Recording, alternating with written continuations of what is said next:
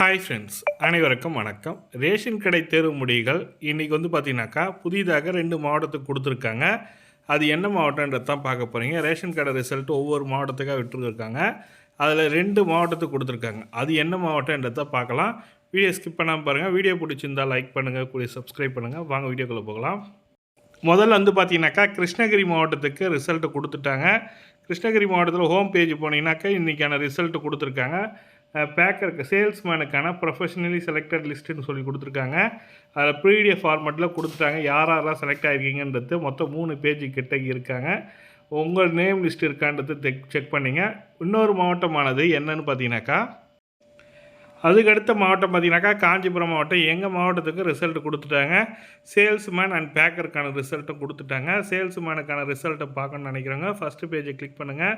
மொத்தம் பார்த்தீங்கன்னாக்கா 47 பேர் செலக்ட் பண்ணியிருக்காங்க. அதுக்கடுத்து பார்த்தீங்கன்னாக்கா பேக்கர் செலக்ட் பண்ணியிருக்காங்க. பேக்கருக்கு பார்த்தீங்கன்னாக்கா 16 பேர் செலக்ட் பண்ணியிருக்காங்க. மொத்தம் 2 விதமான போஸ்ட்டுக்குமே ரிசல்ட் கொடுத்துட்டாங்க. காஞ்சிபுரம் மாவட்டத்துக்கும் ரிசல்ட் கொடுத்துட்டாங்க. விற்பனையாளர் கட்டுநர் பதவிக்கு 2த்துக்குமே கொடுத்துருக்காங்க. கிருஷ்ணகிரி காஞ்சிபுரம் மாவட்டத்துக்கு இந்த 2 புதிய மாவட்டத்துக்கு ரிசல்ட் கொடுத்துருக்காங்க. இந்த தகவல் தான் உங்களுக்கு ஷேர் பண்ண நினச்சேன். இந்த வீடியோ பிடிச்சிருந்தால் லைக் பண்ணுங்கள், கூடிய சப்ஸ்கிரைப் பண்ணுங்கள். தேங்க்யூ.